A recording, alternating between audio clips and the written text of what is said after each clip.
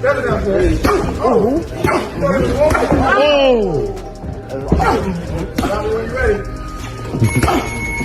involved with it, but I do respect the fact that it's going to do big numbers. It's just not boxing, and I don't think we should promote it as boxing. Leaked footage from Gervonta Tank. Davis's training camp has just hit the internet, and it's wild. Tank is seen trading brutal punches with sparring partners, nearly the size of heavyweights, as he prepares for his blockbuster fight with Jake Paul. The clips show a focused, explosive Davis, calculated, relentless, and clearly training for war. In the footage, Stop closing up, gotta let it go.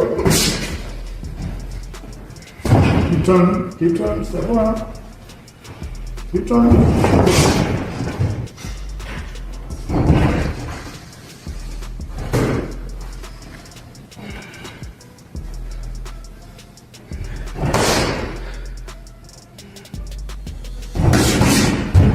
Davis goes toe-to-toe with men towering over him, and he's holding his ground. His team reportedly set up these punishing sparring sessions to harden him mentally and physically. They want to silence anyone claiming he can't handle bigger, stronger fighters. Tank isn't running from the challenge. He's chasing it. Wake up. Do it for him. Put it on his ass.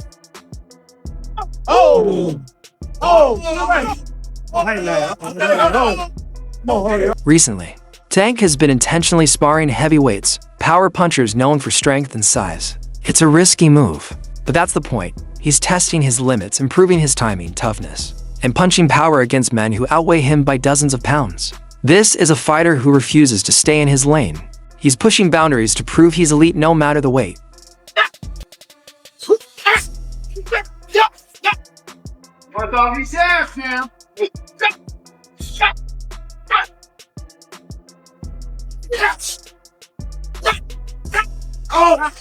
On the other side, Jake Paul continues building his empire on controversy and control. Every fight he takes is part of a calculated game designed for attention, strategy, and maximum buzz. He picks opponents, weights, and timing that always give him a slight edge, but still enough risk to keep fans guessing. That's Jake's formula. Risk plus hype equals headlines. He's unpredictable, polarizing, and he knows how to make every fight a viral event. Guys, what's the key to having a fight that's exciting? Is when you look at one corner, you're like, that guy can't be beat. And you look at the other corner, you're like, that guy can't be beat. And they're about to fight. It just feels like Jake Paul is always picking fights where he has a massive advantage. Like now he's fighting Gervonta Davis, who's, I don't know how much smaller, but probably close to like 80 pounds smaller, which is a crazy, significant weight advantage for Jake Paul. Now, you have to also look at the other way. Gervonta has a crazy advantage over Jake Paul. He has incredible amount of skill, more years of training. And for sure, pound for pound, he would mop the floor with Jake Paul. But this is what makes the fight exciting. And two guys fighting, and we don't know who's going to win. Guys, what's the key to having a fight that's exciting? Is when you look at one corner, you're like, that guy can't be beat. And you look at the other corner, you're like, that guy can't be beat. And they're about to fight. Somebody's about to say go, and these guys got to go at it. So that's what makes a fight exciting. And so this is kind of that. Because if they were the same weight, none of us would tune in. We'd be like, this is just a punching bag for Gervonta. It doesn't make the fight exciting. But because Jake Paul is so big, so much bigger, it makes the fight exciting. Promoter Eddie Hearn isn't buying into the spectacle. He called the matchup a dangerous step away from real boxing to him. The size difference alone makes this fight unfair. Jake Paul being naturally bigger, while Davis comes from lighter divisions built on speed and skill. Boxing is about competition, not theatrics, Hearn warned. He believes fights like this risk turning boxing into a business show, not a sport of discipline, grit, and honor. Former world champion Paulie Malignaggi gave fans a dose of reality. Always said that there was a chance that Jake would fight in November. I think, wasn't I the one that broke Jake Paul against Gervonta Davis 6 months ago or something? I knew that they'd agree that deal. I didn't know they were about to announce it then, but I did know that they'd agreed that deal previously. So I don't like it, if I'm honest. I mean, I think we need to really differentiate between boxing and an entertainment concept, and that's what that is. It's a freak show, it's entertainment, it's a lightweight fighting a cruiserweight, you know, with, I don't know, is it bigger gloves and certain minutes per round. I don't know what it is, but I understand the market and I understand this freak show shock kind of the world mentality of people potentially tuning in. Is that a step too far? Maybe. I mean, I hated Jake Paul against Mike Tyson, but it did massive numbers. I hate Jake Paul against Gervonta Davis. It'll probably do massive numbers.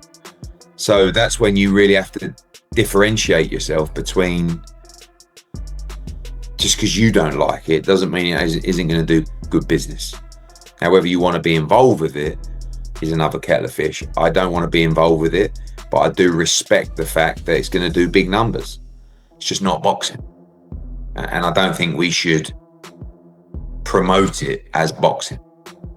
In the meantime, then, Eddie, where does that leave you with Anthony Joshua? Are you exploring other options for the end of this year, or are you still looking at that fight for the beginning? Yeah, no, we're not interested in the Jake Paul fight right now. After that, I mean, we're not going to wait around till November. Is it November or December, whenever it is, and see how he gets on. I mean, if he gets chinned by Gervonta Davis, we can't exactly make the Anthony Joshua fight. This isn't boxing.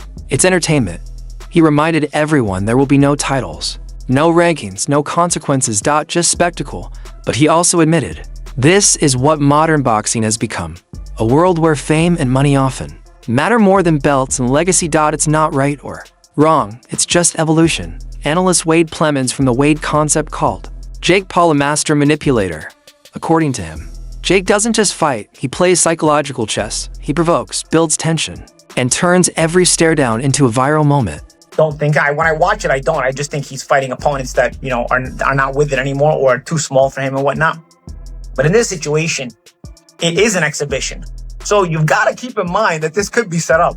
This could be like WWE. This one could be set up. I don't know. I'm not saying it is, but this is not a sanctioned fight, champ. This is an exhibition. And an exhibition means you cannot bet on it. You cannot bet on the result. If you remember, this is why they changed the Mike Tyson fight from an exhibition to a real fight, because they realized, an exhibition, you could stage it and they couldn't take bets on it. So this is an exhibition. There is no betting on it. So that means, I'm not saying people are going crazy with the opinions, who's going to win, who's going to lose. You don't know what size gloves they're going to wear. You don't even know if they're going to stage the whole thing, because this is something that as an exhibition, it's not illegal to stage it. So I think this could be all kinds of crazy, wacky stuff. This is a bit of a circus, in my opinion. Who would you think should win that fight? Would you think that Davis should be able to get in there, even though the size did 100 pounds? Do you think he should be able to do it? If they don't stage it and don't kind of set up a sort of a mild sparring session, I'd say Davis has a chance. Depends on the size of the gloves. Because here's the thing, Jake is probably 100 pounds bigger than the guy. That's a lot of weight, Carl. You've been in a boxing ring, that still counts.